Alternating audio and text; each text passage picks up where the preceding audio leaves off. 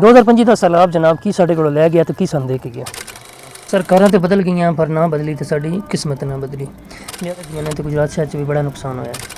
1400 ਤੋਂ 2000 ਦੇ ਦਰਮਿਆਨ ਕਿਸਾਨਾਂ ਦਾ ਬੇਬਾਹ ਨੁਕਸਾਨ ਹੋਇਆ, हर तरफों नुकसान हुआ।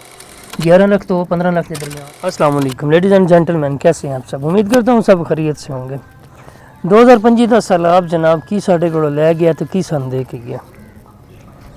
कुछ बारिशां, कुछ सैलाब इंडिया के डैमां चों पानी आया, कुछ ग्लेशियर फटे जिहड़े कि खैबर पख्तूनख्वा दे विच फटे।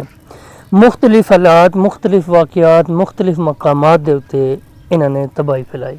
तकरीबन हर 5 साल तो बाद कोई ना कोई मामला साढ़े नाल पेश आते हैं, कोई ना कोई आफत साढ़े ते आंदी है।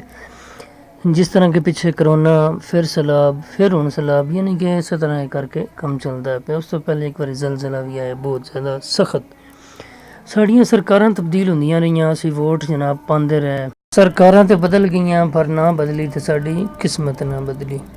लिहाजा बहरहाल जनाब इस 2025 का जिहड़ा सैलाब, बारिशां, ग्लेशियर फटने दे नाल तकरीबन 1400 तो 2000 के दरमियान देहात जिहड़े ने, गाँव जिहड़े ने वो मुतासर होए ने। 11 लाख तो 15 लाख के दरमियान अफराद जिहड़े ने वो मुतासर होए ने, यानी कि बेघर होए, मामलात उन्हां दे बने।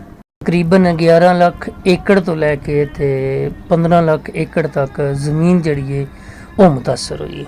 तुहानूं पता है जिहड़ी फसल दे उत्तों दी पानी लंघ जाए वो भी सैलाबी, क्योंकि ये पानी जिहड़ा हुंदा है मिट्टी वाला हुंदा है, घट्टा मिट्टी इहदे विच सारा मैल रली होई हुंदी है ते ये जिस फसल दे उत्तों लंघ जांदी है उहदे नाल मैल जिहड़ी लग जांदी है ते वो फिर तबाह हो जांदी है, ख़त्म हो जांदी है।